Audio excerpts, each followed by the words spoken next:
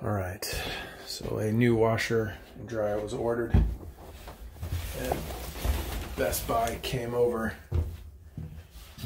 to look at the installation, and they said because of this old gas cock they wouldn't install it. So